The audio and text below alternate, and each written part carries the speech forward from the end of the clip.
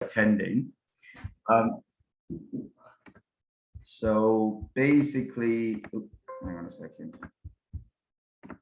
Just want to quickly tell you about why it is that we had some scheduling conflicts and also some delays in finishing off the chest X-ray part of the series.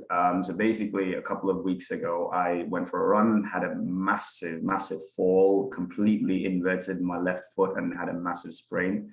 This is the beautiful X-ray of my left ankle. Now, on the outset, it doesn't really look that bad because there's no fractures, no obvious fractures that you can see. However, it was reported to have extensive tissue swelling and query ligamental rupture. So I'm waiting for an MRI to happen regarding that as well.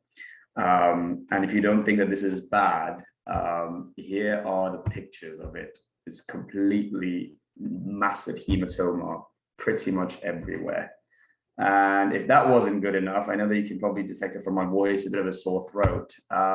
This is an X-ray of my right lung. I developed a bit of a right lower lobe pneumonia as well at the same time. So I was on IV antibiotics and only changed to oral antibiotics last week regarding this. So I'm really sorry for not being able to deliver my X-ray series on time, but had to just genuinely take care of myself along with the ED shifts as well. Right, okay, so I think we left off last time with subpulmonic effusions. Now, subpulmonic effusions are one of the main things that we have to consider when we're dealing with the D and E components of the algorithm when we think about diaphragm and pleural effusions. So just to start off with, I know there's only two people, I think, that in the actual chat. So does anyone know what they are? What are subpulmonic effusions? Just want to distinguish between what normal pleural effusions are and what these are. So does anyone want to tell me about what these are, what they think that these might be?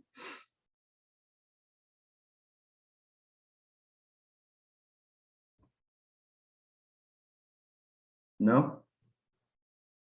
I can try. Go on. I mean, they're basically effusions, but I think you can see them even when the patient is standing. Say it again, that wasn't really audible. Can you hear me now?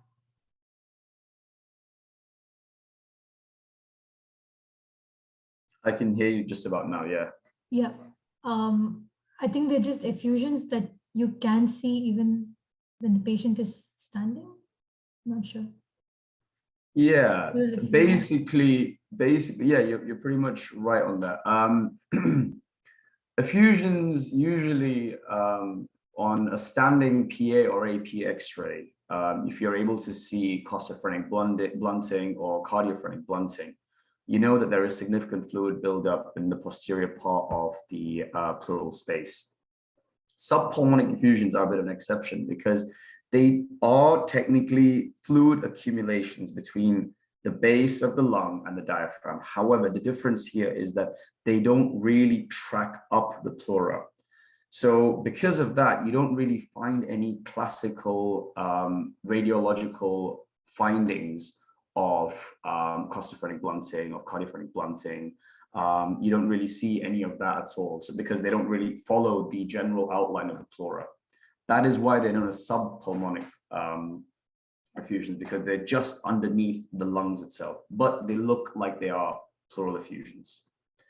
Now, there are a couple of radiologic findings that will help you in, oh, hello, Tanya, in identifying or differentiating between these. And that is, if you look closely at the diaphragm, it will look more horizontal than normal. Particularly on the left-hand side, the gastric bubble and the lung base, the distance between them is a lot more. And on the right-hand side, the horizontal fissure will be at a higher point. I mean, I've said in my previous lectures as well, I don't really like the use of fissures in the context of interpreting chest X-rays. The reason why is because it's really hard to identify them, unless in other ways you have an actual pathology, such as a lobar pneumonia that is so clearly demarcated based on the contours of the fissures and the contours of the lobes, it's quite hard on a chest X-ray to identify it clearly. And you'll be seeing that as well as I go on to the last parts of this talk about how we, when we interpret X-rays, we should focus more on lung fields or lung zones rather than focus on fissures. Right, so here's an example of what I meant. So for instance, in these two X-rays, we can see that there are subpulmonic effusions. You can see clearly that there is no costophrenic or cardiophrenic blunting at all. However, those two features that I described before are quite evident to see. You can see that on the X-ray that's on the left-hand side, that there is a much more horizontal diaphragm, which is more evident. And you can also see that there is this increase in distance between the diaphragm and the gastric bubble on the X-ray on the right. Now, on the grand scheme of things, subpulmonic effusions are very, very rare. You don't see them that often, unless and otherwise the patient has got some serious structural lung disease. It's not quite evident to see any of this, but just for the interest of differentials, this is something that you should be thinking about. Okay, now, what do you think this is? Can anyone tell me what this is? Or can anyone want to have a guess at what this is?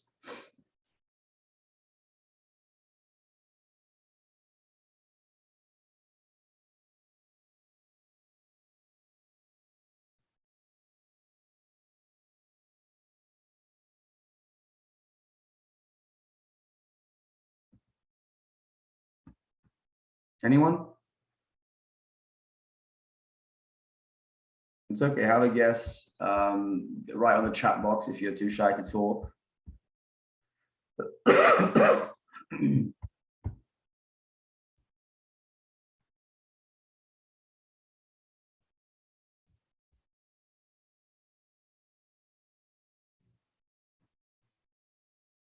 It looks like something that could be in front of the patient.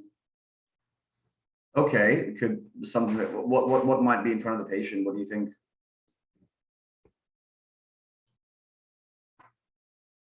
Maybe like a piece of clothing or something.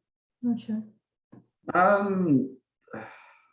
It's quite unlikely that a piece of clothing would show up exactly like this on an X-ray. The reason why is because if you look at the density, it sort of matches fluid or soft tissue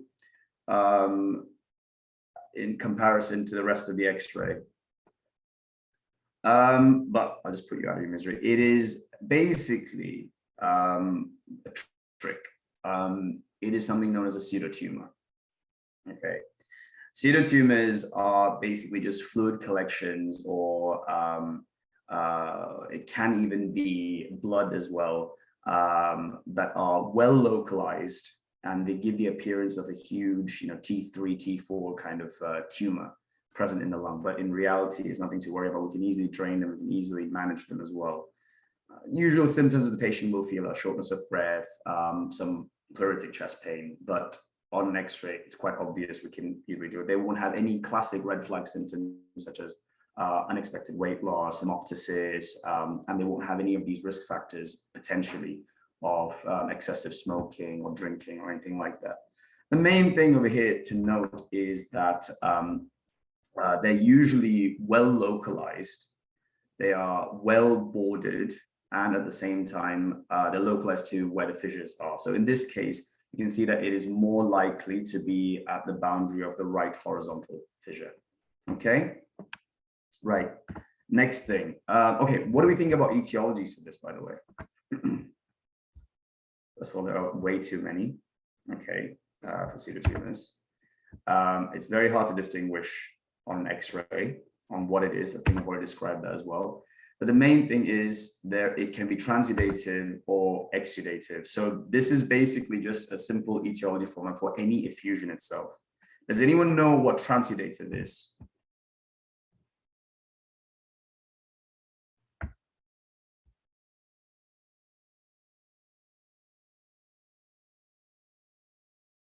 What does a transudate mean, and how is it different from an exudate?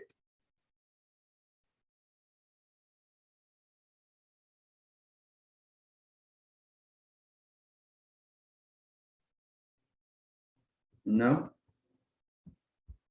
Okay, so transudate is essentially if there is a discrepancy in the oncotic pressure and the hydrostatic pressure. Just basically means that you have excessive fluid being filtered out and not actually being reabsorbed at the venule end of the capillaries. There are several conditions that can cause it, for instance, like heart failure, renal failure, liver failure, anything that causes a change in the oncotic pressure, or anything that causes a change in the hydrostatic pressure. Exudative is more to do with any kind of infective or inflammatory changes. So for instance, your pneumonia, your TB, cancers, these can cause exudative effusions. So these are the main things that you have to be thinking about when you're talking about effusions in general. So I think that was the last thing about effusion. I think we've got a couple more things to talk about regarding the pleura itself. If I'm right, there are these pleural plaques. Now, pleural plaques themselves, they are very, very, very subjective. But generally, they're patchy, they're diffuse, and they have various other etiologies. So does anyone want to talk to me about any kind of etiologies of pleural plaques?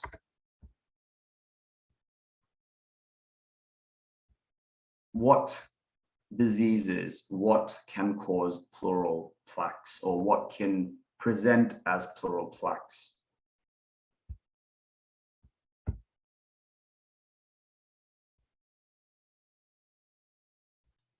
Asbestosis? Everyone's quiet today.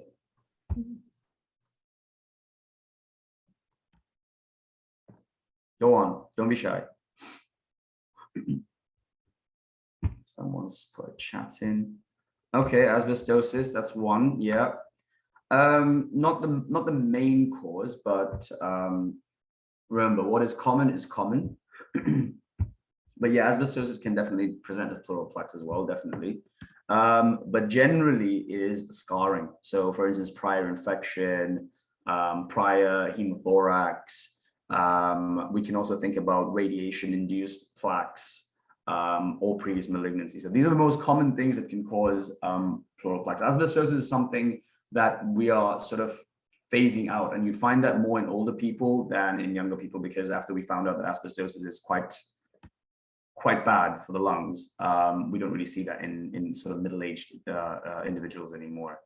So those are the most common causes for pleural plaques. Now, there's another thing as well. It's called pleural thickening.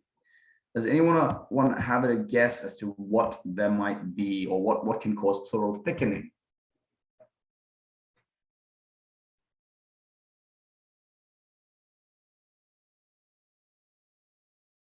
In this case, we have this diffuse pleural thickening. You can see how essentially,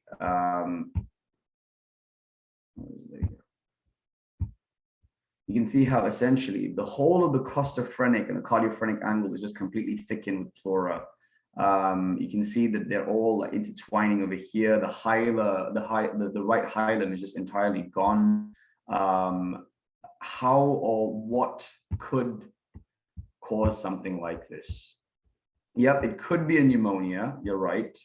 And again, it was a kind of a trick question, because any kind of plaques, any kind of thickening, it's the same etiology. So prior infections, like you mentioned, asbestosis as well, rarer, but still a valid cause, hemothorax as well, and as well, mainly malignancies that can cause pleural thickening. Now, with pleural cancers, malignancies, main cancer that is true primary of the pleura is the mesothelioma. And in mesothelioma, you will have pleural thickening.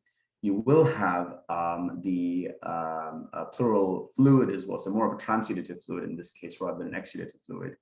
And generally speaking, very, very rare.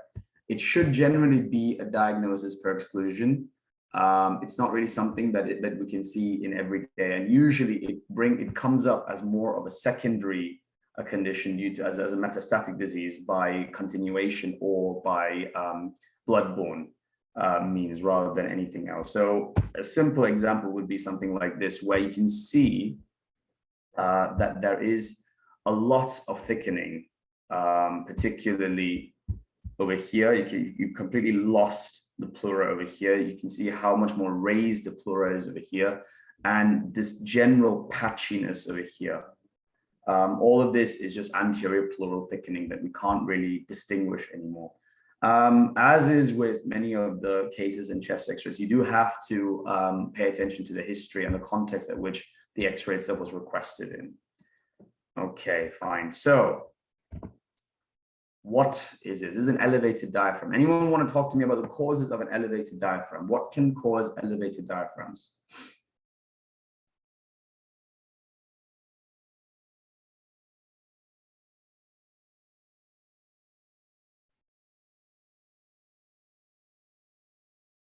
Talk to me about a singular. So for instance, like, yeah, lung collapse, well done. Lung collapse is definitely one of them that can cause so basically, if there is any kind of atelectasis, okay. Anything else at all? So think about how the diaphragm is innervated. What innervates the diaphragm?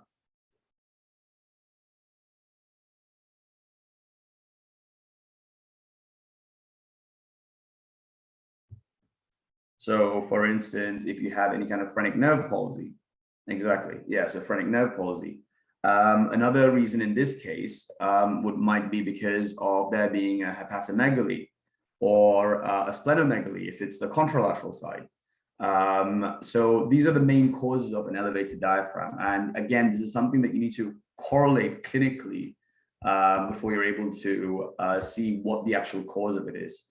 The main thing for you is just to interpret it and then suggest what the differentials are. And in this X-ray, you can clearly see that there might also be an element of atelectasis. I'll try and highlight that out for you because of the clear border you can see of the horizontal fissure and the more hypodensity of the lung over here. Okay. But in general, elevated diaphragm, multiple causes, just need to figure out what it can be based on the symptoms as well. Now, a couple of last things before we move on to the most interesting topics. So, Pneumoeverything except pneumothorax. Now, what do I mean by that? I mean, what other areas are there in the chest where air can be present? And can you give me an example? Well, not just in the chest, also maybe a bit lower down. What other pneumo can there be, and can you tell me why?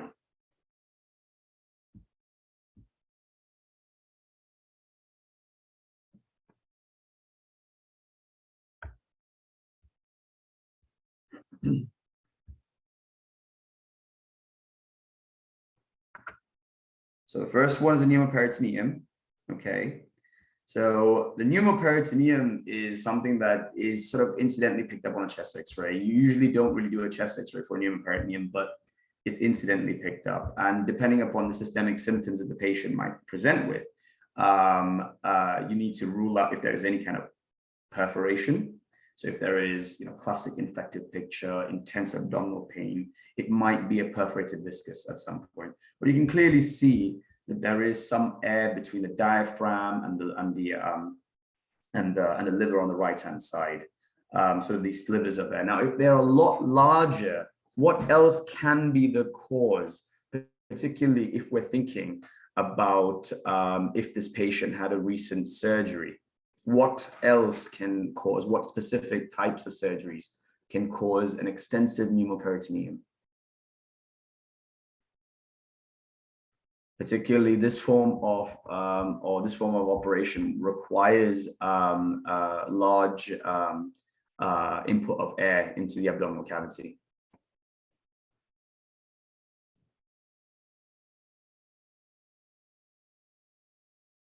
So any kind of laparoscopy will inevitably result in pneumoperitoneum. Okay. The main thing is to make sure to do serial chest x-rays, serial x-rays to see if the pneumoperitoneum is going or is being resorbed into the body itself. If not, then it might result in them having to open up and then resolving it like that instead. Of course, the other obvious causes are trauma, or if we're thinking about, so this is one case that I've seen where there was a pneumoperitoneum. If we're thinking about an individual with severe renal failure and there is definitely a lot of conditions that can cause it that result in peritoneal dialysis, where we do have to get access into the peritoneum itself, and that can cause air introduction into the peritoneum as well. Okay, so next one, pneumomediastinum. Now, does anyone want to highlight as to what I mean by pneumomediastinum and what feature there is in this X-ray, or what features there are in this X-ray that kind of point towards a pneumomediastinum? Just enter in the chat box, or don't be afraid to just speak out.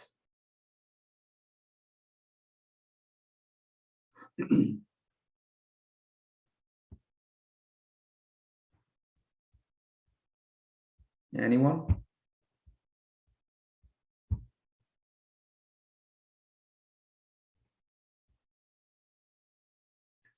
So in this one, I think it's quite easy to see this as well. But the obvious thing is that there's a lot of cervical subcutaneous emphysema over here. There's a lot of air in the neck. Second thing that really is pointing towards a pneumomediastinum is the sliver of air that you can see over here. And the main thing is that this is specifically demarcated, and it does not extend past the left atrial border. Okay, it doesn't extend past it. It's only until here. Now, causes of pneumomediastinum, if we think about the structures in the mediastinum, we've got the heart, we've got the trachea, we've got the esophagus. Most commonly, particularly in this X-ray, it is due to some kind of trauma. But in general, if we're thinking about there being any kind of esophageal conditions, it could be most likely esophageal rupture following a Boer-Harvey syndrome, Mallory-Weiss tear. Another possible cause itself is asthma. So anything that can rip the two main pipes, the food pipe and the air pipe and the wind pipe in the mediastinum that can introduce air into this specific area can cause this. And as with all of the introduction of air, any kind of surgery, particularly cervical surgery, chest surgery, it can cause a pneumomediastinum. Okay, it's nothing too serious. It can be easily resolved. There isn't really much in terms of primary pneumomediastinum, if that makes sense. It's all due to secondary cause that can be treated quite easily. And the last one, okay, is this one. Oh, here we go. I just highlighted it for you there. Is this one. Now, what is this? Does anyone want to tell me what this is?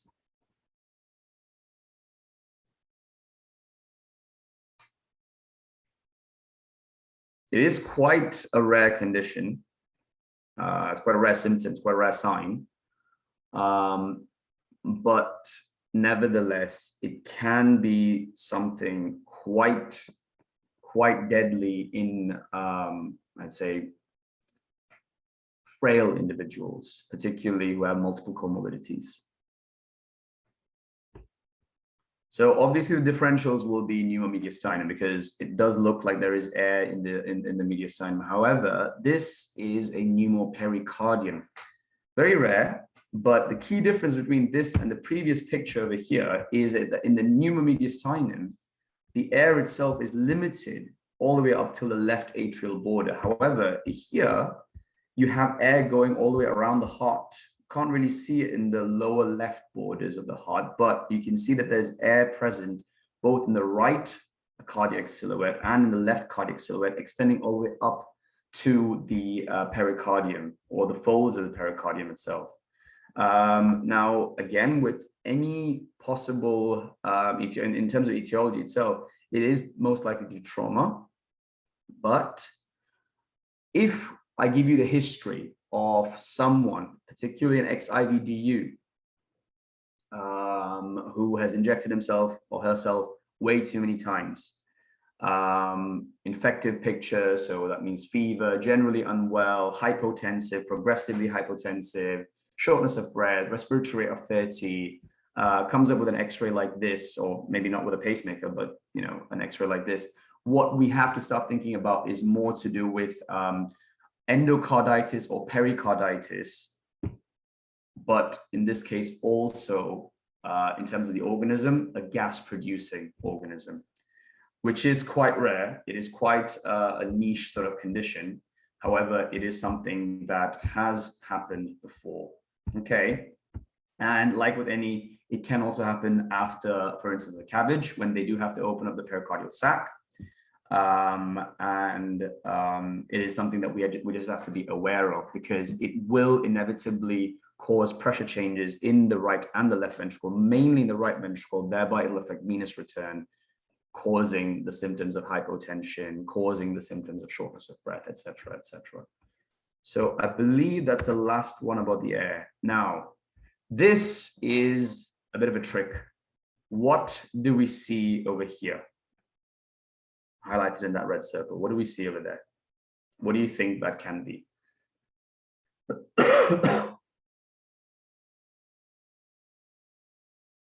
Does anyone want to have a guess?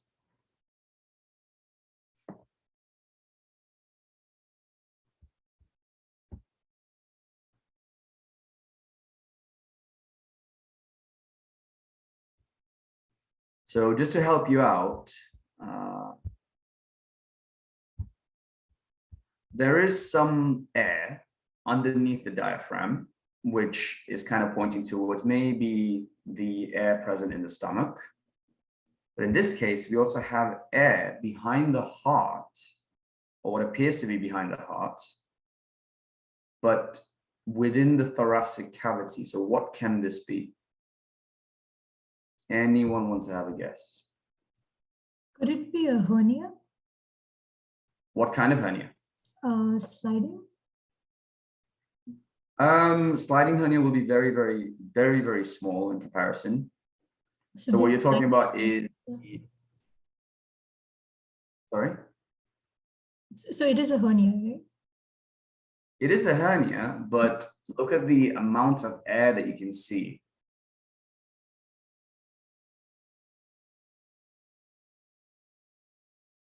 So this is a typical hiatus hernia. Oh yeah, hiatus hernia.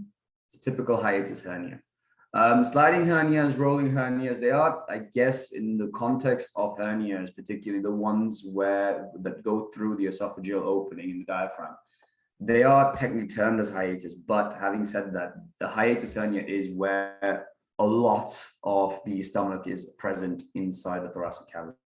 And this is an example of it. So classic presentation of reflux, classic presentation of delayed gastric emptying, and so on and so forth. But this is just a trick thing where you have air within thoracic cavity, but belongs to a viscera that is present in the abdominal cavity, but nevertheless, it's still air. Okay, so we've kind of reached the last part.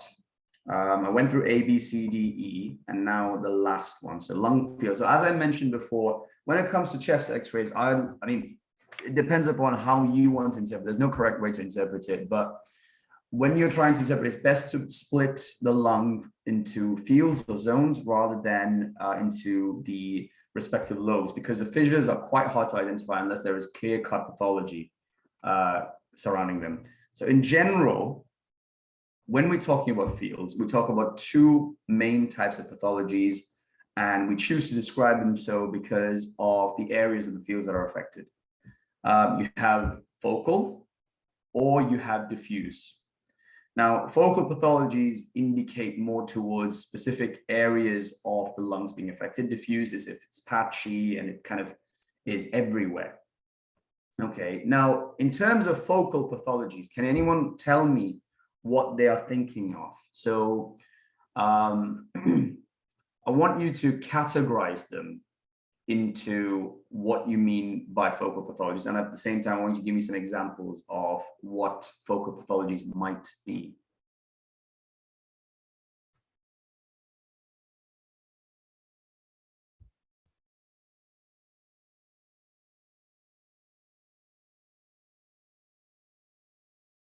So let me start you off. Okay, so one category would be infections.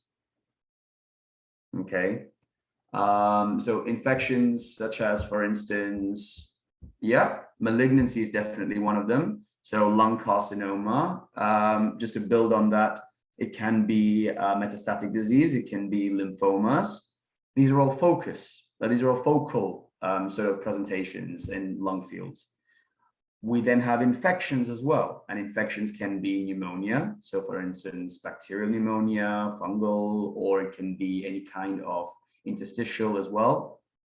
But the other is pulmonary hemorrhage or pulmonary infarction. So these are all focal pathologies that affect one specific area of the lung in general. Alternatively, we have diffuse, and diffuse I'll talk about just after I discuss focal as well. Right, in terms of focal, we have the main contender. Oh yeah, so as I mentioned, we've got zones, and these are generally the pathology patterns that we deal with in terms of focal. So this is what I mean by zones. So we have, in my previous lectures about the normal anatomy, I did mention that we generally split it up to 6 zones.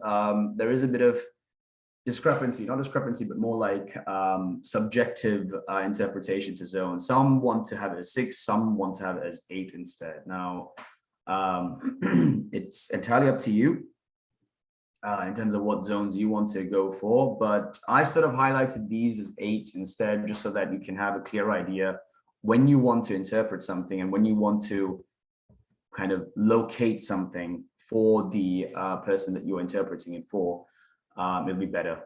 So the top 2, from the apex of the lung to the clavicle, is known as the apical zones. From the clavicle to the upper part of the hilum, known as the upper zones, upper zones. Then we have the upper part, so basically the entire of the hilum itself, that would be the middle zone. And finally, we have the lower zone from the lower part of the hilum all the way up until the diaphragm. So it's just a simple way of distinguishing the zones itself, and thereby allows you to also provide a good location, or allows you to properly describe where a certain pathology itself is. Okay, so let's start off with pneumonia. Now, first of all, how do we characterize pneumonia? What's a very common way of characterizing pneumonia?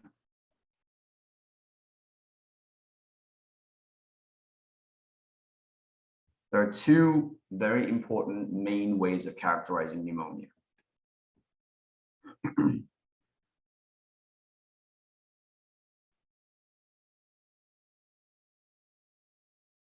What are the 2 main pneumonias that we can see?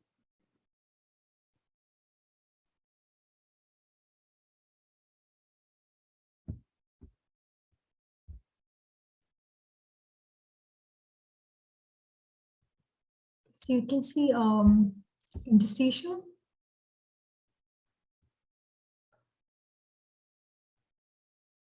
Say that again, sorry. Interstitial. Okay. And lobar. What else? Okay, lobar, and one more.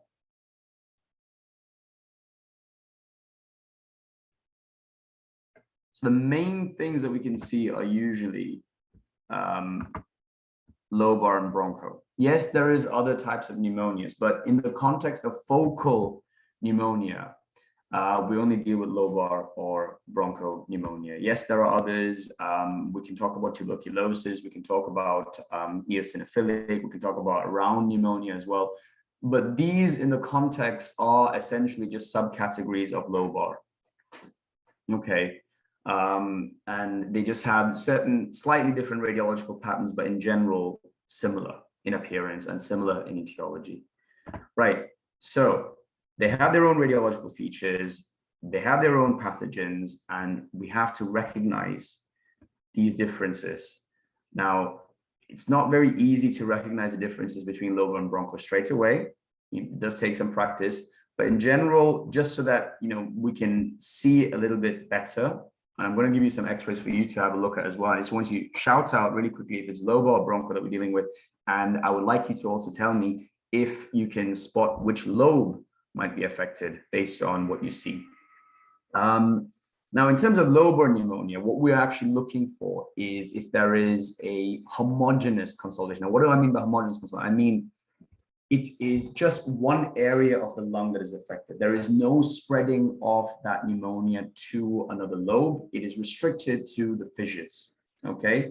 What else do we see? We also see air bronchograms. Does anyone know what air bronchograms are?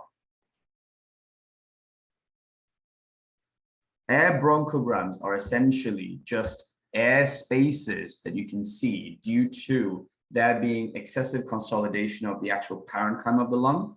So therefore, you can see the air within the bronchi more clearly. It's just basically a negative space, hypodense space that you can see in there.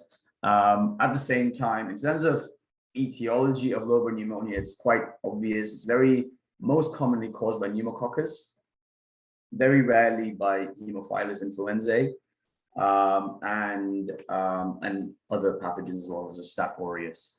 Now, in terms of bronchopneumonia, it is still a focal pneumonia because you can still spot the foci of it. However, it is more patchy. You can't really see air bronchograms that easily because you'll need to have a homogeneous area of consolidation to kind of follow through the bronchi itself. And of course, they have very irregular borders. In general, because most of the bronchi are affected in bronchopneumonia, you can see it has more of a bilateral pattern rather than a unilateral and one lung affection. And again, in this case, more commonly in people who are immunocompromised, who have hospital-acquired infections usually. So therefore, the etiology is usually Pseudomonas. Very rarely would it be Klebsiella. But having said that, there has been an increase in the UK anyway of Klebsiella pneumonia-related infections due to inappropriate line management. So for instance, if the PICC lines are not clear properly, if the central venous catheters are not cleaned properly, you have more of a chance of developing Klebsiella pneumonia-related bronchopneumonia. Right, what do we see over here? Now this is a very obvious one. I want you to tell me what or where the consolidation is, and specifically what kind of pneumonia it is. What do we see here?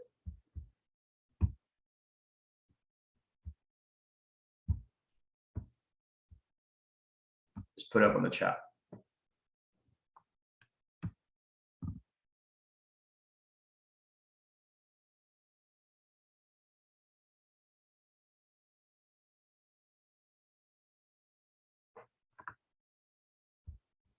Yep, consolidation in the right lung. That's good. Extra points to tell me which part of the right lung. Is it upper lobe? Is it lower lobe? Is it part of a lobe? Right middle. Why do you say it's right middle?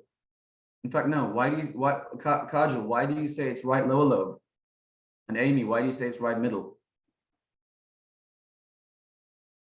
Lower lobe again. Okay, why do we think it's lower lobe? And why do we think it's middle lobe?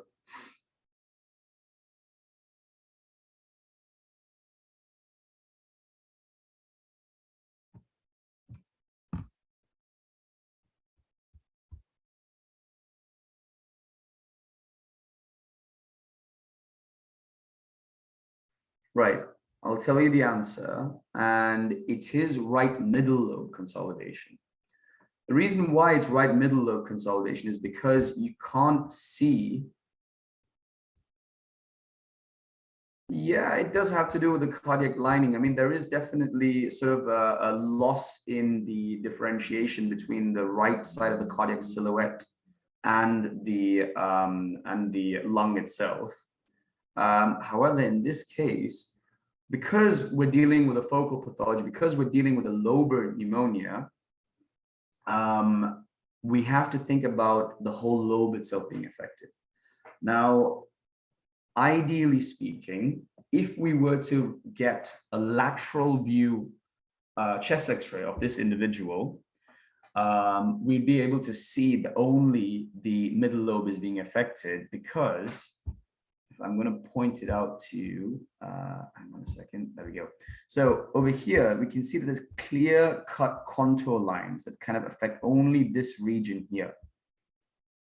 The lower lobe is completely unaffected because you can see that there is no consolidation in the costophrenic margins or the cardiophrenic margin. There is definitely loss of silhouette around this area, but this is, for all intents and purposes, a right middle lobe consolidation. And I'd like you to do this after the presentation as well. Just type in lateral view of right lower lobe consolidation, and you'd be able to see that it's a bit confusing because the right lower lobe in the posterior aspect, it extends all the way up. And because it extends all the way up, it kind of masks the right middle lobe as well. But the differentiating feature is that you will definitely have consolidation in the right costophrenic angles as well. In this case, because there is none, it's more easier to say that it is right middle lobe consolidation. For those of you that were there when I showed my X-ray, that was right lower lobe consolidation. That was more right lower lobe consolidation when I had my very intense chest infection. Right. So this is right middle lobe consolidation. Obvious causes are just your standard pneumococcus, can be very rare with Staph aureus as well. Rarer is Haemophilus influenzae, most common in children in that case, particularly those that are sort of not that immunologically competent at that point.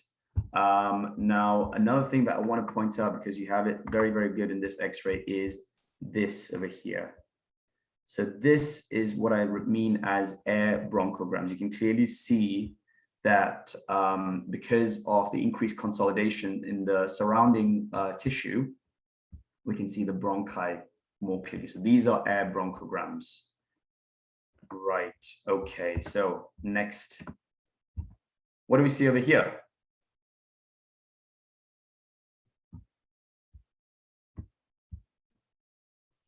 Again, should open the chat. Yep, lower lobe pneumonia, exactly. So here we're dealing with a classic case of left lower lobe pneumonia.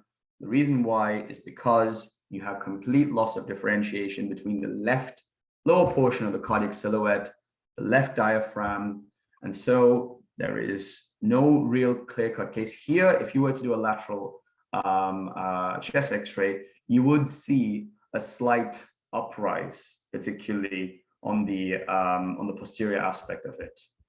Okay, so this is a classic case of left lobar pneumonia. And again, notice how you can see that there is a clear demarcation of the pneumonia itself. There is no other patchy consolidation anywhere else. Okay, that's the main thing I want to take away from lobar versus broncho. There is nothing patchy, it is a clear focal. Right, next one. What are we dealing with over here?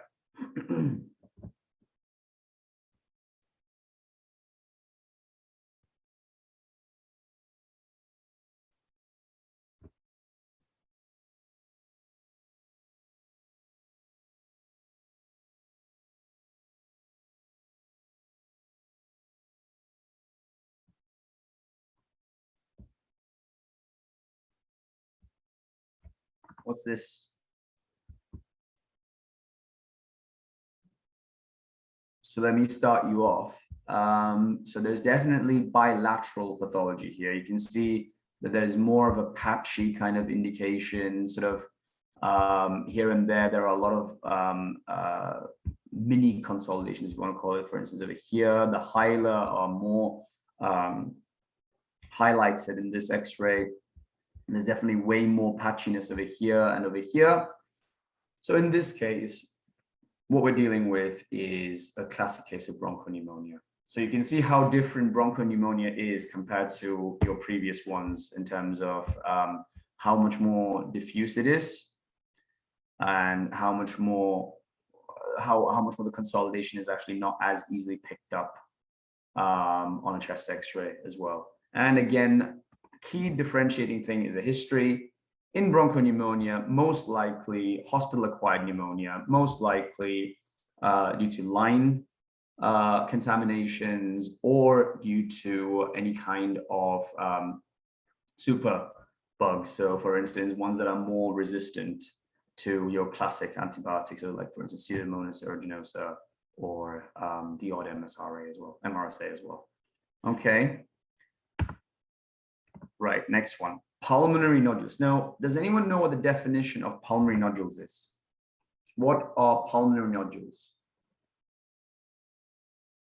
And why do I ask for a definition? It's because I want you to distinguish between what a nodule is and what a mass is. And the way you describe it is very, very important in sort of just when you're talking about it. A nodule might be something completely benign. It might be something completely reversible as well, compared to a mass. Yep, it's an abnormal growth. Well done. Okay, so what can you tell me about the density? Is it hyperdense, hypodense? And what can you tell me about the size? So these are key things that you have to, yep, it's hyperdense. Well done. And what can you tell me about the size? Be more specific. The small is not specific enough. Talk to me about size in terms of centimeters. So is it larger than 5 centimeters? Is it smaller than 5 centimeters? Is it smaller than 3 centimeters? What are we thinking? Okay, yeah. It's usually smaller than 3 centimeters. That's when we're talking about a pulmonary nodule. The reason why is anything more than 3 centimeters would have a different criteria for a repeat chest X-ray because it will be categorized as a mass. And we have to be paying more attention to any systemic features that there are as well, particularly pay attention to more of the risk factors that the patient is in. Now, I'm not saying that that means that we are showing any less importance to pulmonary nodules, but what I'm saying is that the urgency of the repeat scan, the urgency of the request that follows on from your first identification of the pulmonary nodule would be a bit more serious in case it's of a larger size. I'm sure everyone would agree on that as well, particularly if we're suspecting a tumor. Okay. Now, usually something that I do have to point out is that it is very hard to identify nodules. And it is definitely easy to miss them on a chest X-ray, particularly if the request itself is more indicative of an infective pathology, an infective etiology. So you're probably only looking for consolidations. You're only probably looking for this patchy haziness, etc., rather than looking for clear-cut, well-circumscribed nodules. Okay, but the main thing for nodules, if you are concerned that there might be, is always, if there are prior chest X-rays, compare them. Compare the previous X-ray with the new one, because that way you'll be able to assess if there were nodules present in the past, and also if at all the nodules have grown in size. Okay, so does anyone also want to tell me about the causes of pulmonary nodules? What are we thinking in terms of causes? What can cause nodules to appear in the lungs?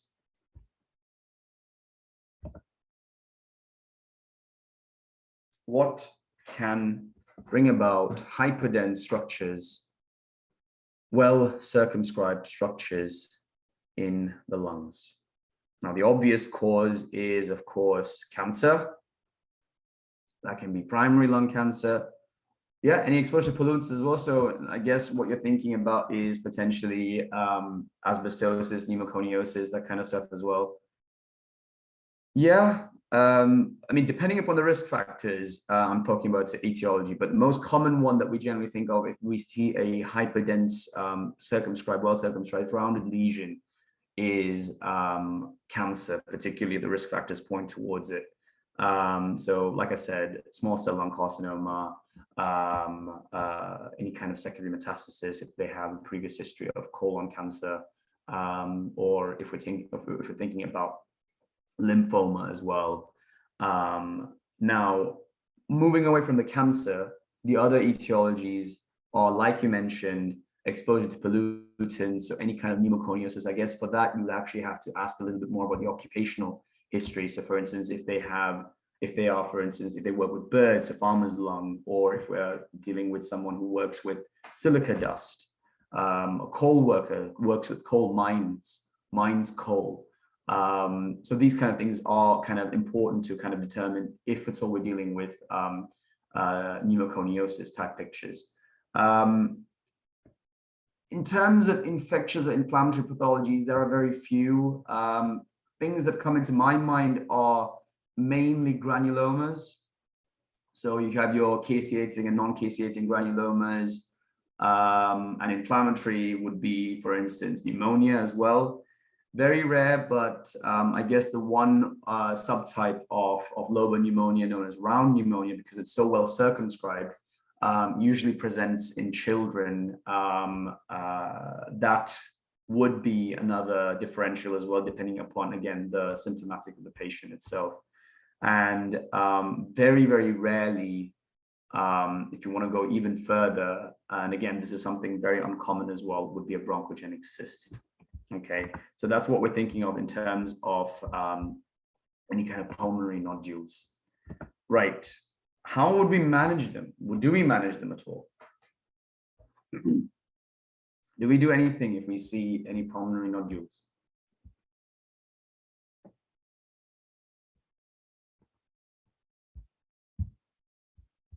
Monitor for growth. Well done. That's the main thing that we do. In general, I don't know how it works in Czech Republic. I don't know how it works in other countries as well. But generally speaking, if a nodule is spotted, and if it's a solitary nodule, not multiple, we generally just monitor for growth. And we would definitely recommend to do a 2-week wait to the chest physicians to see if they can do a CT as well. Like I said, nodules are not easy. They're not easy to spot, particularly if there are multiple, and there's one that is very easy to spot. Maybe there are others that are harder to spot. So what in reality might be multiple nodules, what in reality might be metastasis of a primary cancer elsewhere in the body, can maybe only show up as only one nodule in the chest X-ray that you've seen. So it's always worth it to do to request a chest physician to follow it up, and then to request a CT thorax as well. And if you're worried that there might be multiple, or if you're worried there might be a primary cancer elsewhere in the body, it might be worth it to do a staging CT as well, which involves doing a CT tap instead. Okay, but you're right, monitor for growth is the main thing. Now, when you're looking at nodules, the best thing is to rely on the contrast setting of the PACS. Because of where the pulmonary nodules might be, depending upon if it is, for instance, right behind the heart or right behind the hilum, it is harder to spot them. So it's always worth it to adjust the contrast settings just so that the nodule might appear a little bit brighter. What I generally tend to do also is to invert the contrast completely so that whatever was hyperdense will appear hypodense, and whatever was hypodense will appear hyperdense, just to see if there's any changes at all. I'm just going to show you a couple of examples. So in this case, does anyone want to point out as to where the nodule is? You can just describe it to me as the location. So for instance, is it in the apical? Is it in the upper, in the mid, or in the lower zones? Or is there a nodule at all?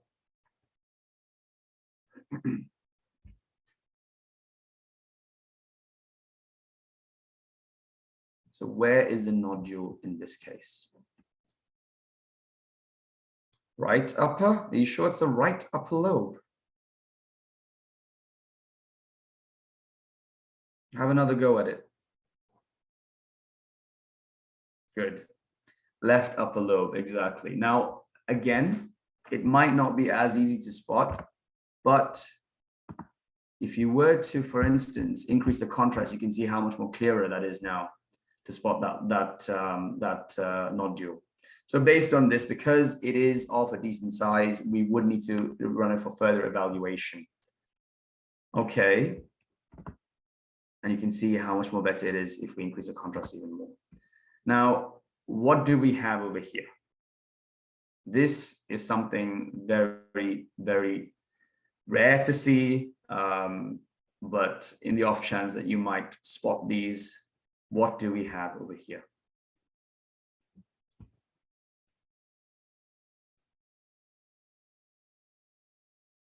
There is a specific term that radiologists use to describe nodules like this.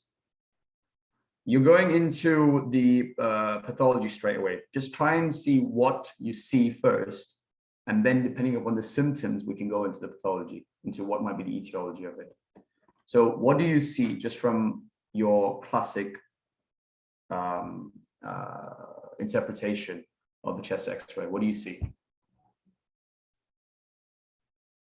Good. That's exactly what I want here. Multiple widespread nodules. Now, a very, very common term that you will hear, particularly if you have a patient like this, is cannonball metastasis. Okay, just because they appear well-rounded, particularly the top left appears well-rounded, multiple nodules, bilateral, hyperdense structures, no real relation to any specific lobe, and just widespread. Now, it doesn't mean that everything is a cancer. It doesn't mean that everything is infectious. It doesn't mean that everything is inflammatory either. It can be a mixture of both. It can be specific, but most commonly, something like this would have to be correlated clinically as well. So if I were to tell you that someone presenting like this had a history of primary colon cancer for which he had a surgery done about 2 years ago, he's under remission, he had good prognosis at the time, but now he's coming up with hemoptysis, shortness of breath, increased bouts of cough, and he also has unexpected weight loss. In that case, we would do a chest X-ray, and if we see this, it would be more to do with pulmonary metastasis. Okay, it can also be lymphoma. Again, you have to look for the B symptoms like flu-like symptoms, night sweats, fever, etc., etc. But what I'm trying to say is that most of these, they do tend to be with the symptoms that are kind of giving as well. Inflammatory symptoms. So what I mean by inflammatory, I mean not necessarily infectious. Rheumatoid nodules can appear like this. Vasculitic nodules can appear like this. And as you rightly mentioned, granulomas can appear like this as well. But generally speaking, these inflammatory sort of conditions usually have an infectious etiology as a precursor. So therefore, we're dealing with fungal. Most commonly, it will be histoplasmosis or cryptococcal. But again, these would depend upon the kind of conditions that the patient is coming in. So for instance, if they are generally not really looking after themselves, we'd be more correct in thinking that this might be the pathology. What a common thing as well to see is if there is any kind of history of drug abuse, so IV drug user. If we are thinking there might be a IV drug user, that can be a cause of septic emboli as well. Okay. And the very rare thing that we can possibly think of is probably amyloidosis, but amyloidosis is very, very rare these days. I haven't seen one at all, particularly affecting the lungs.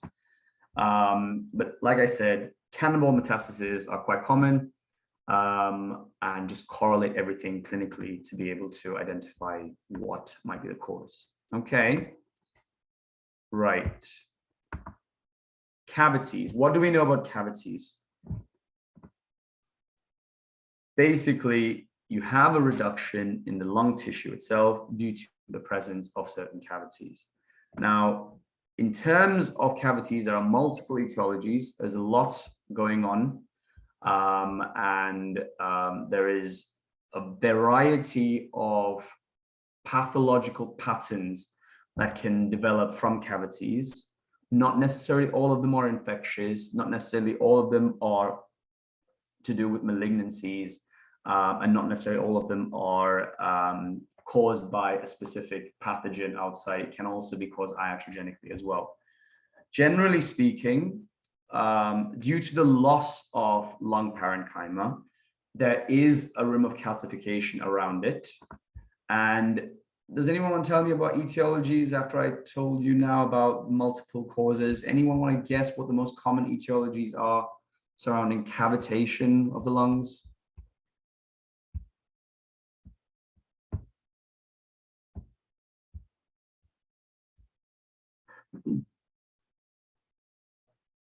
So what can cause cavitations? What can cause this reduction in lung parenchyma and subsequent replacement of the rim by calcifications? What can do this?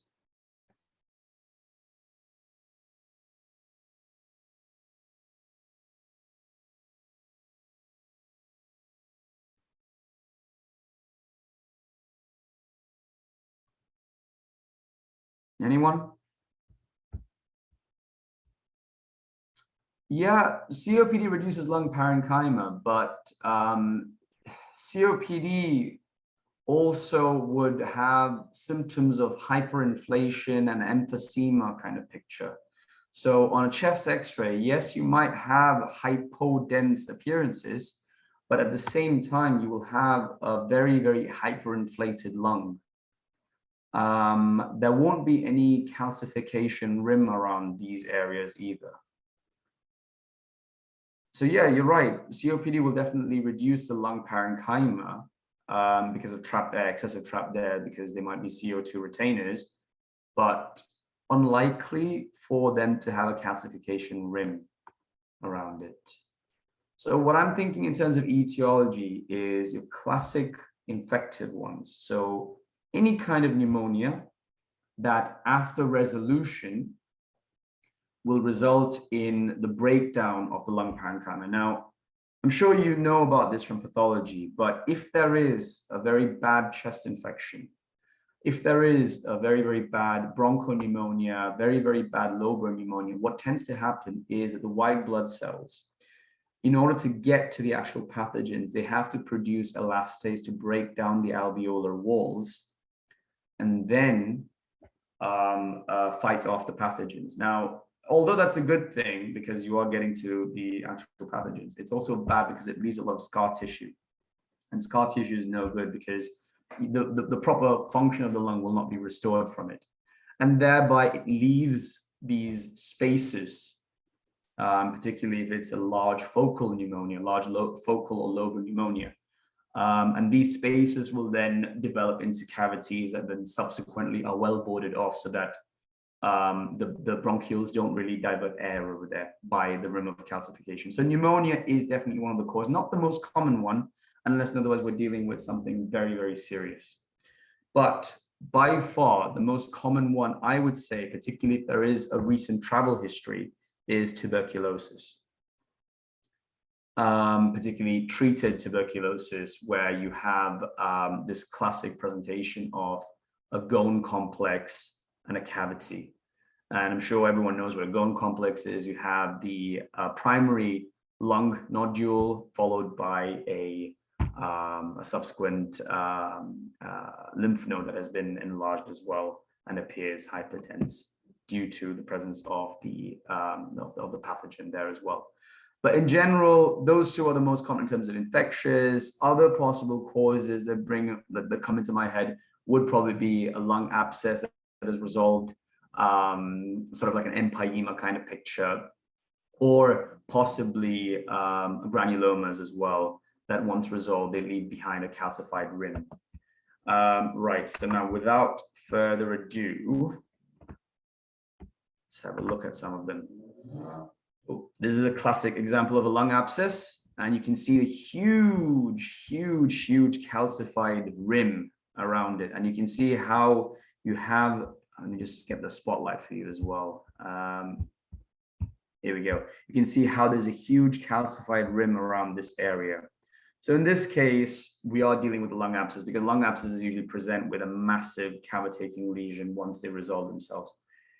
In some individuals, this is reversible. So for instance, after a while, after they start to get better, you do lose this calcification, you do lose this cavitation or the appearance of the cavitation. But in elderly, it is very unlikely for that to happen. Right, okay, next one. What do we have over here? And where is the cavity over here?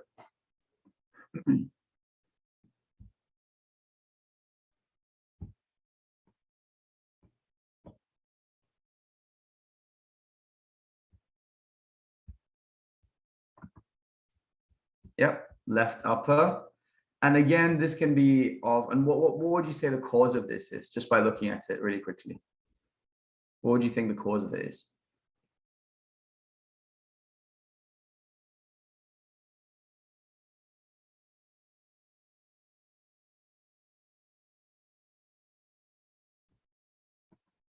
Yeah, previous pneumonia, exactly. I mean, pneumonia has a tendency of mainly affecting the lower and the mid parts of the lungs. So yeah, you're right. It is an infection of the lung, but in this case, this is a classic cavitating tuberculosis. Okay. Let's go for the next one. What do we see over here? This is a bit of a trick question, really, because if you pay attention, you'll be able to see what this might be. And if I were to give you a bit of history, so this one is an XIVDU.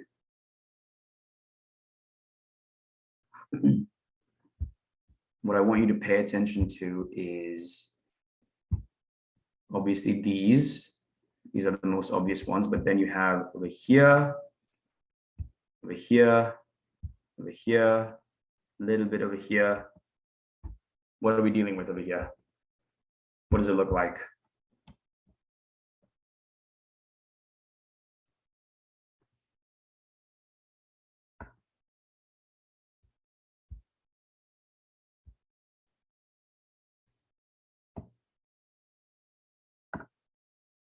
What can this be, particularly based on the history of the patient, considering the fact that they might be an XIVDU? So in this case, this gentleman or this lady had multiple septic emboli that had been shot out from the right heart and into the lungs. And so you had multiple bilateral infective pathologies, so like these cannonball kinds of appearance, but multiple round pneumonia sort of appearance, and they all start cavitating once they resolve themselves. And once they start cavitating, they present in this manner. Right. Another thing that I want to mention is aspergilloma. Now, aspergilloma is not something that is quite easy to figure out. It is quite rare, to be quite honest with you, and it's not really something that is sort of present that easily. More common in immunocompromised individuals, but you can see that this is more of the starter of aspergilloma. You can see that there is a cavitating lesion in the right upper lobe. It's quite hard to sort of point towards exactly when it started, but you can see that there are changes sort of over here in this region.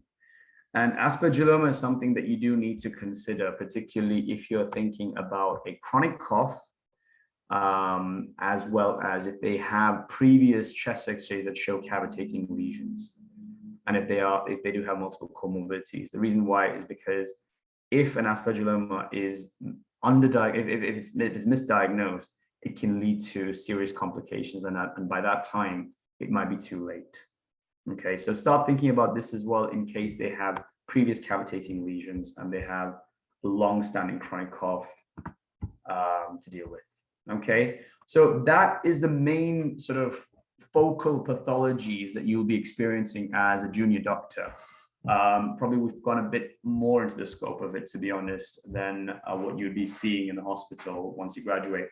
But I think that was quite it was quite comprehensive. Now, does everyone want to break for 5 minutes before we start talking about the diffuse pathology, or would you rather I continue? It's up to you.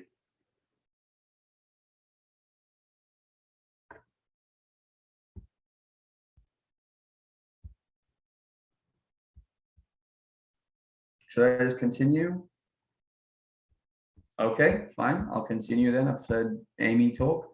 All right. So in terms of diffuse pathology, what are we thinking in terms of diffuse pathology? What can possible causes of diffuse pathologies be?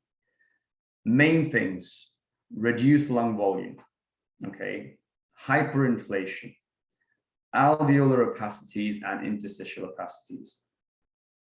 These would usually present as sort of bilaterally, can present as bilaterally, can present involving the whole lung.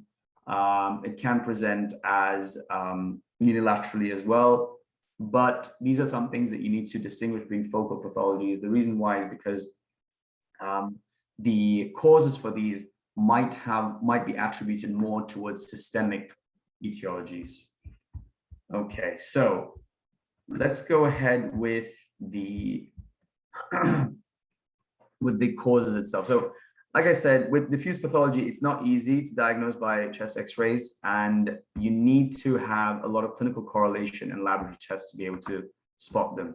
So the first thing is reduced lung volumes. Now, what are the main causes of reduced lung volumes that you know?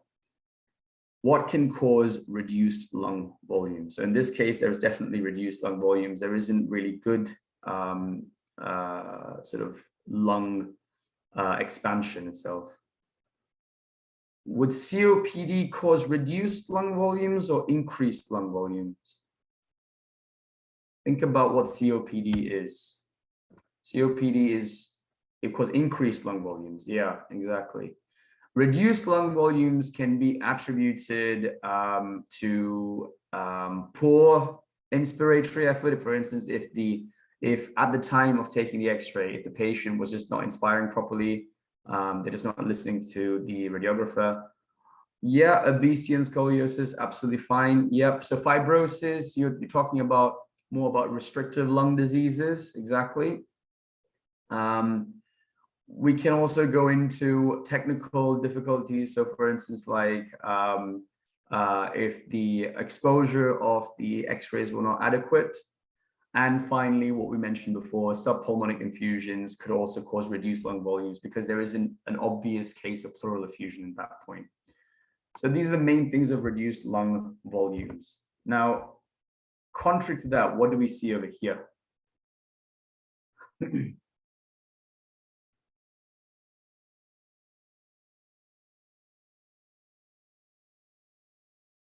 What is this? Hyperinflation, exactly. So in terms of hyperinflation, now it is quite hard to subjectively be accurate about this because hyperinflation is a very subjective impression, really.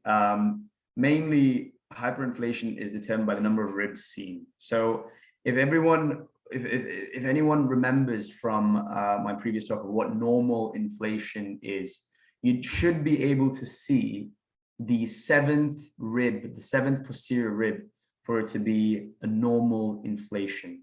If you see past the seventh posterior rib, it means that the lung is hyperinflated. Okay. On top of that, a couple of signs as well for there to be hyperinflation is that the diaphragm is very flattened. And at the same time, the lung is just very, very hypodense, a very hypodense appearance of the lung with no real markings of pulmonary vasculature. Hilum is also very unremarkable in this case. And of course, the most obvious causes of hyperinflation are, as you mentioned, Amy, would be COPD. And if you have an exacerbation of asthma, that's a key thing. Not all asthmas can cause hyperinflation, but an exacerbation of asthma would be more likely to cause hyperinflation. Right, alveolar opacities. Now, what do we know about alveolar opacities? What is defined as alveolar opacities?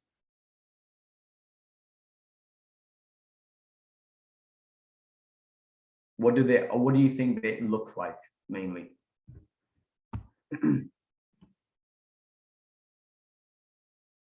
Yeah.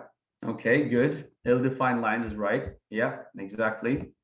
And what do we think in terms of the causes of alveolar opacities?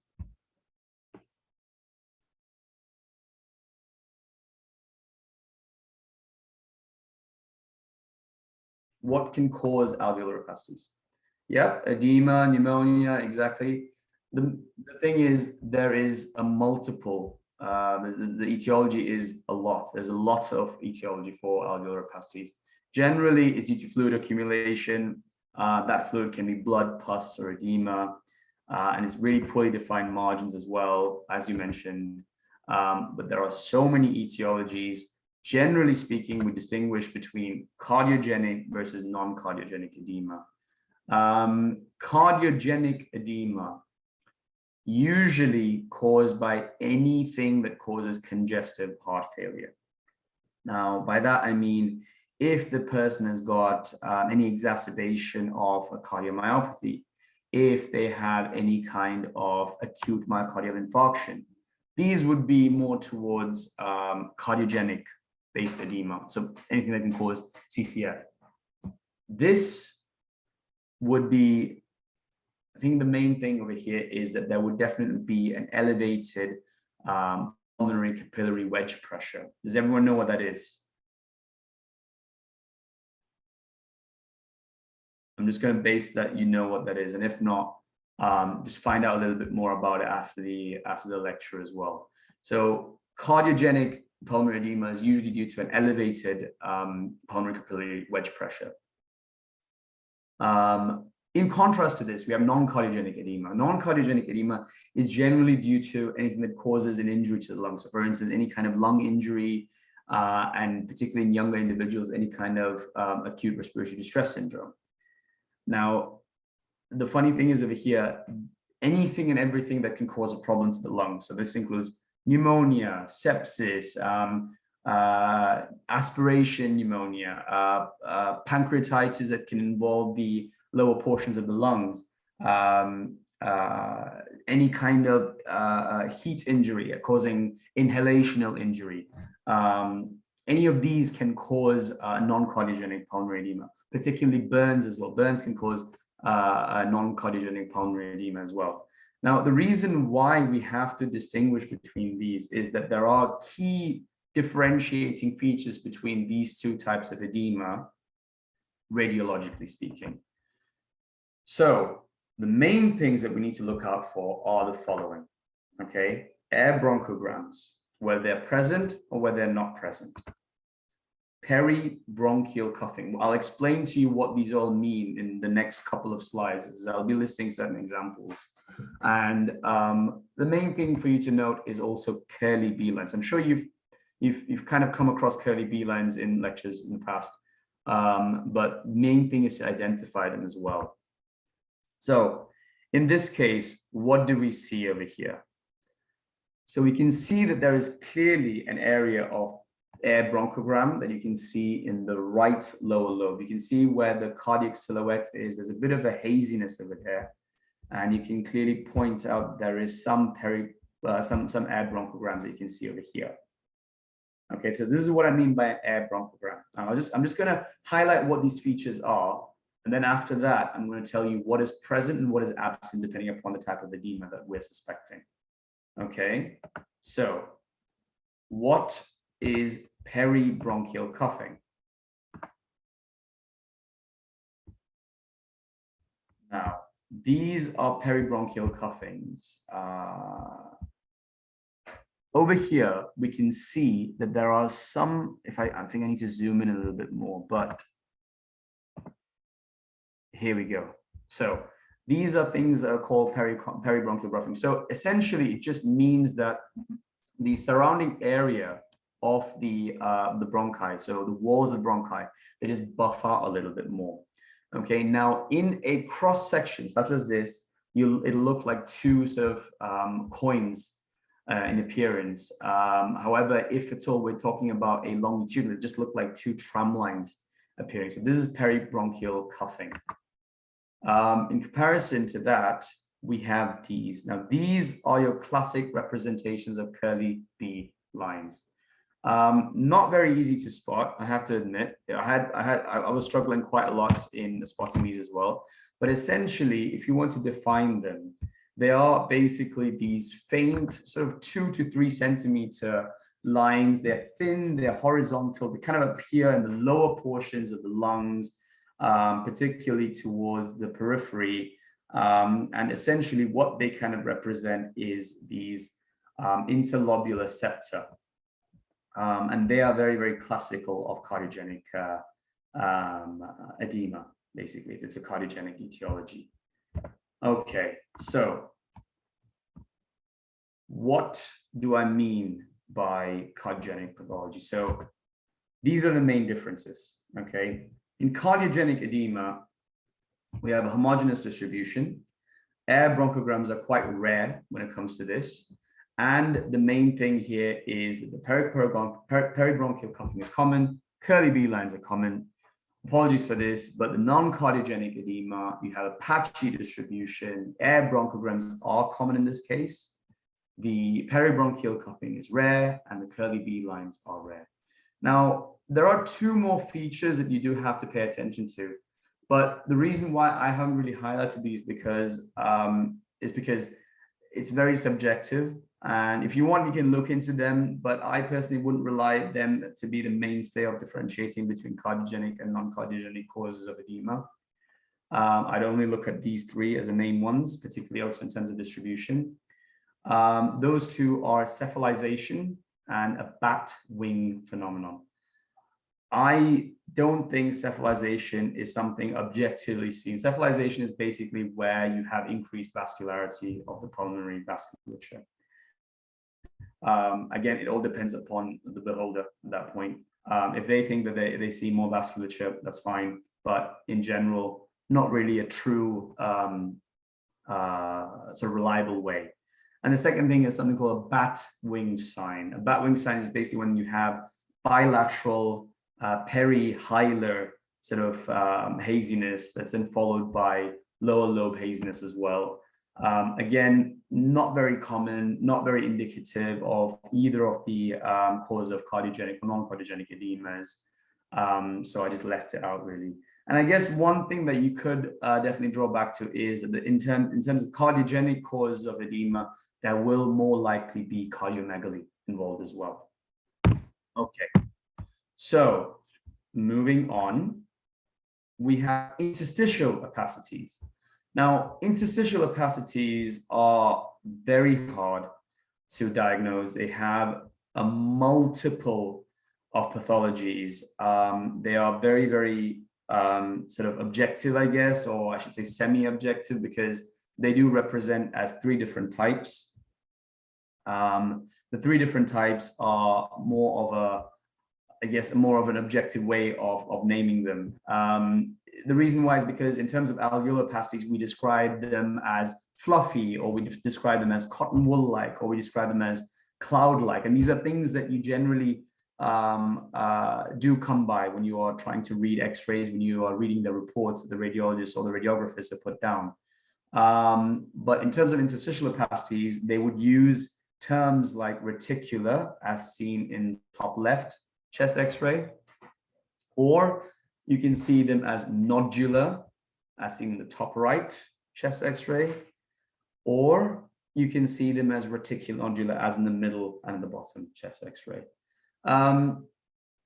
Again, it's not really indicative of any specific pathology apart from just the fact that there are interstitial opacities and that there is an interstitial cause. I guess the main difference here is that it is very diffuse. They don't really follow any specific contour lines. So that means that they don't really, they kind of flow through the fissure lines. They also flow through any of the segmental lines. So, and in terms of the etiologies, again, there are far too many to consider. And as I mentioned, the alveolar opacities are described in a subjective manner. The interstitial opacities are described in a more semi-objective manner. Right, so the final bit, so I think we finished section F of the algorithm. So the final things I want you to have a good understanding of are lines and tubes. Now, what do I mean by lines and tubes? In the context of you being a junior doctor, in the space of what you'll be working in, the main things that you need to be able to identify are central lines, their position, whether it's adequate to use a central line, and that also includes a PICC line, so a peripherally inserted central catheter. In very rare occasions, you might be expected to identify a pulmonary artery catheter, so a PA catheter. You need to be seeing endotracheal tubes where in the right position, or if they're in the wrong position. And finally, and this is the most common thing, you definitely need to be identifying, particularly if you're working in a surgical ward or in a stroke ward, or nasogastric tubes. So, central line. If I have to ask you, in terms of the position of the central line, what do I mean? What I mean is that when you're dealing with a central line, usually it involves you using the internal jugular vein, most common the right internal jugular vein, or the subclavian vein, and then passing this line all the way into the heart. What you have to focus on is where the tip of the line is. The tip of the line should be at the junction of where the superior vena cava meets the right atrium. So in this case, if you look at this X-ray, you can see the tip of the line to be present right about here. So this is where the tip of the line is. This is an adequate presentation, so therefore you can use this line. Okay, the reason why this is important is that if the line were to be in more of a peripheral location, if the line were to be just above the superior vena cava instead, you will not have the flow velocity of whatever it is that you're injecting, and thereby it'll lose the effectiveness. You can potentially damage the surrounding walls of the veins itself. That will then lead to complications as well. Okay, so you have to always pay attention to where the tip of the line is. All right, next one is a pulmonary artery catheter. Now, pulmonary artery catheters are very, very simple. They're essentially catheters that are inserted the same way as a central line, but then they basically do this loop-de-loop phenomenon, whereby they go all the way through and into the right ventricle, and then go up again by the pulmonary trunk, and usually they make a U-turn and go towards the right pulmonary artery into the hilum. Okay, so you have to make sure that the position of this is accurate. Again, it should go into the hilum, not past it. It should not go anywhere past it, because if you were to be injecting any substance, if it's into a catheter that is going past it, you will be doing damage to the patient, such as, for instance, in this case. Oh wait, no, not in this case, but if it's all you were to inject it, you will be causing potentially perforation of the lung. You will be causing potentially also an effusion, followed by massive atelectasis as well that can follow, based on if it's all the patient would require surgery. Now, this is an interesting one. What do we see over here? I'm just going to give you a couple of moments to think about it, and I'm going to reveal the answer as well.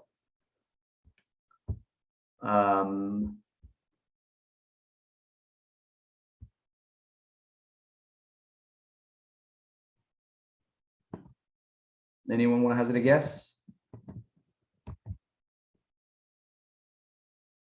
So in this case, if you pay attention, you can see that there is complete collapse of the left lung. There is no lung over here anymore. It's just hyperdense. Okay, and the reason for that is, if you pay close attention, is that you can see that there is a bit of an endotracheal tube over here. Okay, the problem here is that the endotracheal tube has been inserted a little too much, a little too deep, and is just going towards the right main bronchus. So therefore, there is no more air entering the left lung at all. So it's just completely collapsing on itself. Okay, and you can see that the right lung is fine. There's no real pathology over here. But this is what can happen if you were to not pay attention to the position of any of the tubes or lines. And if you see something like this, you have to advise to retract the endotracheal tube by a couple of centimeters and then try again. So an appropriate position of the endotracheal tube would be this one, where you can see that the endotracheal tube is about 5 centimeters from the carina. so where the trachea bifurcates. So this is more appropriate, and this means that the endotracheal tube can actually be used as well. One final thing is this. So what do we see over here? So this is a good X-ray of a nasogastric tube, of a feeding nasogastric tube. You can see that the hyperdense tip is going past the diaphragm. It is going centrally, particularly at the superior portion. When you see the nasogastric tube itself, is going centrally, it's going past the diaphragm, and the tip itself is deviated towards the left, and it is present in the stomach itself, around where the actual gas bubble is. In contrast to that, if you see something like this, for God's sakes, please do not ever use this, because there's been multiple cases that I've seen where they've used this because they obtained despite obtaining an alkaline pH, and it just resulted in the feed going into the lungs, and thereby the individual developing a very, very bad aspiration pneumonia, and they had to be hospitalized for a lot longer than necessary on very heavy antibiotics, and it was very hard for them to recover from that. So this is the main things that you need to be paying attention to when it comes to you being a junior doctor and going through any of the lines or any of the tubes or other things that are not really classic lung pathologies, but rather artifacts that are apparent in the X-ray itself. So what I'm going to do next is go through a couple of case presentations. I'm going to pause on every single one of them so that it gives you a bit of time to just have a look at it and evaluate what you think it might be. And then you can let me know if there is anything, or I can just give you the answer right after that. So the first case, we have a 19-year-old lady. She has presented with a 4-week history of cough, fever, reduced appetite, and a bit of a weight loss as well. On examination, she is unwell. She's managing okay on just room air. When you auscultate her, there's a bit of crackles that you can hear over the right base. And that's basically it. So this is what the X-ray itself looks like. What do you think the causes for this are? Why? And I'm just going to pause it right here. And I'm going to let you tell me what you think there is to do with here. So first of all, what do you identify in it? And then what do you think the likely pathology can be?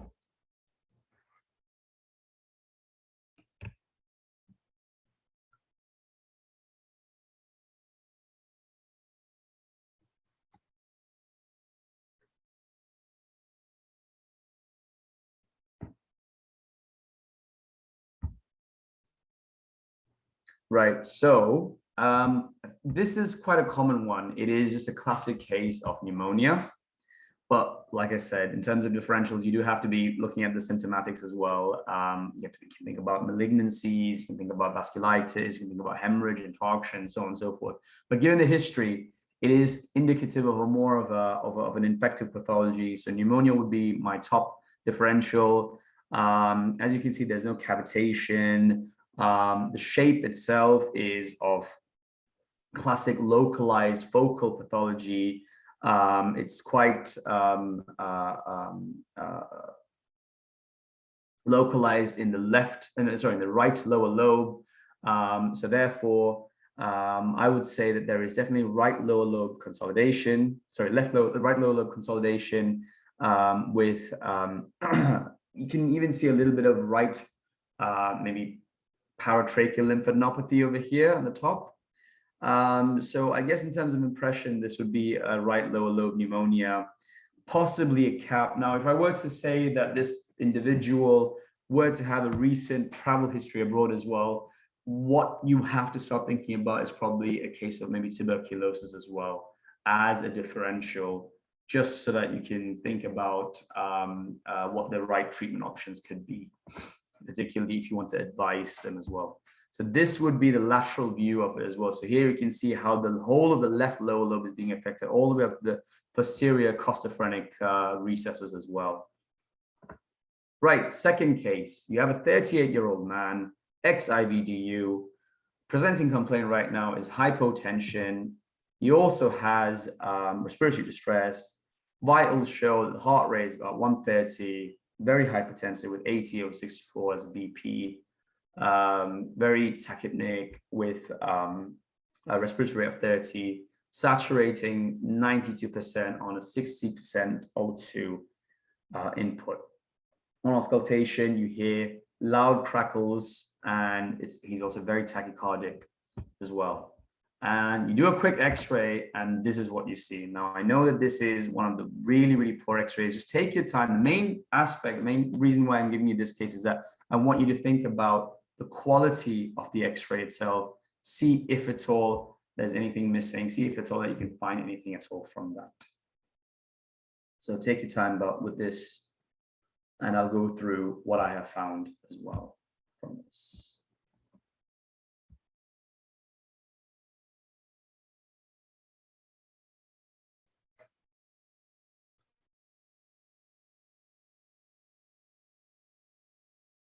So I chose this example, like I said, for the quality. I don't like the quality at all. I think the radiographers had a very difficult time at getting the x-ray, possibly because he was very, very, very weak and very uncooperative.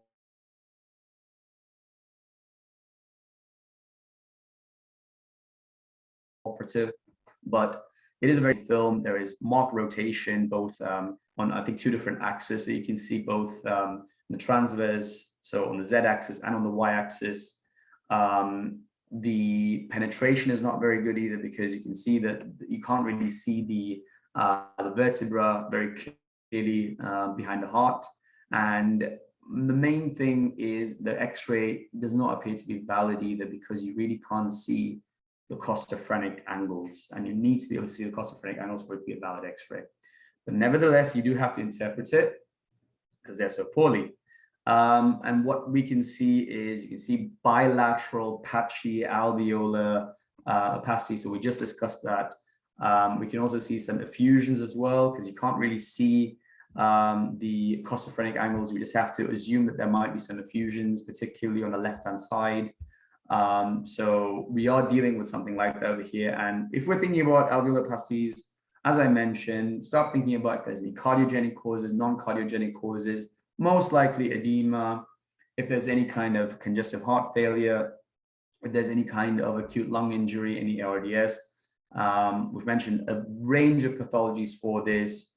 And we've also gone into identifying if there is any kind of features at all. So in this case, we can definitely see a couple of them. Number one is that the cardiac size is normal. Okay, number one. Number two is you can see air bronchograms, particularly in the right middle lobe. You can see clear air bronchograms over there. I can't really spot any peribronchial coughing at all. And there are, I can't really spot any curly B lines, mainly because I don't know whether they are present or not, mainly because there is a lot of haziness present in the costophrenic angle. So therefore, I'm more likely to think that this is a non-cardiogenic cause of alveolar opacity, so non-cardiogenic edema, in line with ARDS or acute lung injury, again, caused by a multiple of pathologies, really. So in this case, I think that's the main thing. Case 3, we have a 72-year-old gentleman. He initially came in with dyspnea, loss of weight, large pleural effusion. We drained it with a chest tube, and now he's got a sudden onset of shortness of breath and hypotension. He appears very distressed. Auscultation, big clue here. No sounds over the left thorax, left hemithorax, I should say. And it is hyperresonant on percussion. And this would be his x-ray. What do you see? So I'm gonna give it a couple of minutes over here, a couple of seconds over here, just for you to have a quick look at it.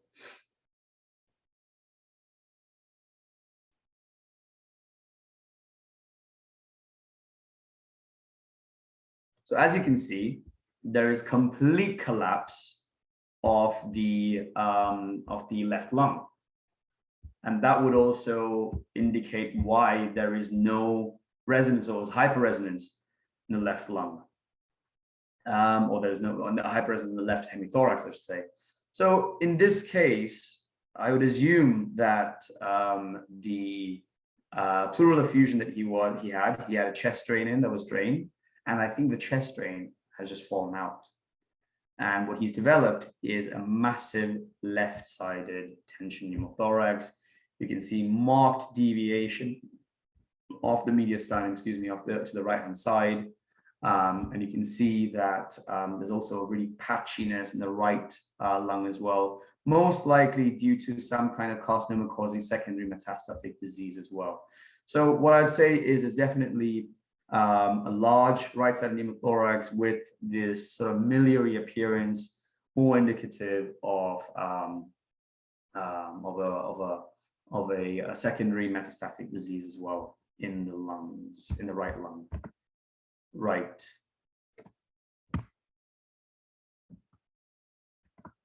Now, in terms of the last case over here, this is the last one. 64-year-old lady, appears fine or appeared fine for a while, but then progressed to dyspnea for about a week, bilateral leg swelling, now is appearing very distressed. On auscultation, mild crackles can be heard. And in terms of the heart sounds, you hear that there's a systolic murmur at the apex with elevated jugular venous pressure. Oh, hang on. Did I not give an X-ray for that? Ooh, I did not give an X-ray for that. I do apologize for that. But essentially, in this case, what I was trying to go for is a cardiomegaly kind of picture, and that showed a possible left atrial enlargement due to splaying of the bronchi. That's what you should have seen, or you would have seen. There might be a bit of effusion as well involved in it. And you will also see some perihilar alveolar opacities, indicative more of a cardiogenic cause, which is more likely to do with exacerbation of congestive heart failure. Now, that's it for today. I think next week, I'll be going through the whole of abdominal x-rays. Given the fact that you've gone through all the chest x-rays, I've gone through the technicalities of x-rays in general, I think one lecture would suffice with abdominal x-rays, just because these days abdominal x-rays are not really requested as often, and CT abdo pelvises are way more common, and we do ultrasound abdomens to be more common at all, in a more ready setting rather than abdominal x-rays, because we can't really identify many of the pathologies. Nevertheless, I will discuss it next week. So thank you very much for listening, and I will see you all next week, and have fun looking at the YouTube videos as well. All right, then, thank you very much, and bye.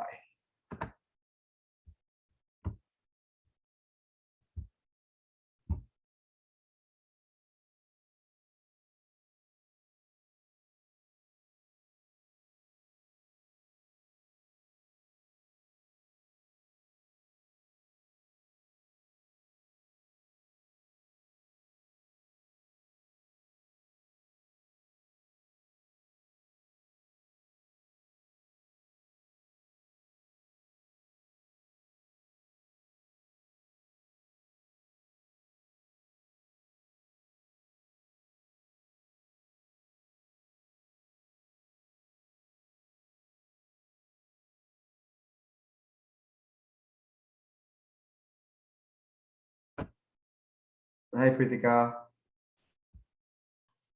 Yeah, I'm just sending the feedback form on the chat box. That's fine, that's fine. I think the feedback form, just send it to everyone that has attended as well. I think towards the end, there's only Sarah. Yeah. I'll send it to them personally. Yeah, I think the recording will be enough anyway for that as well.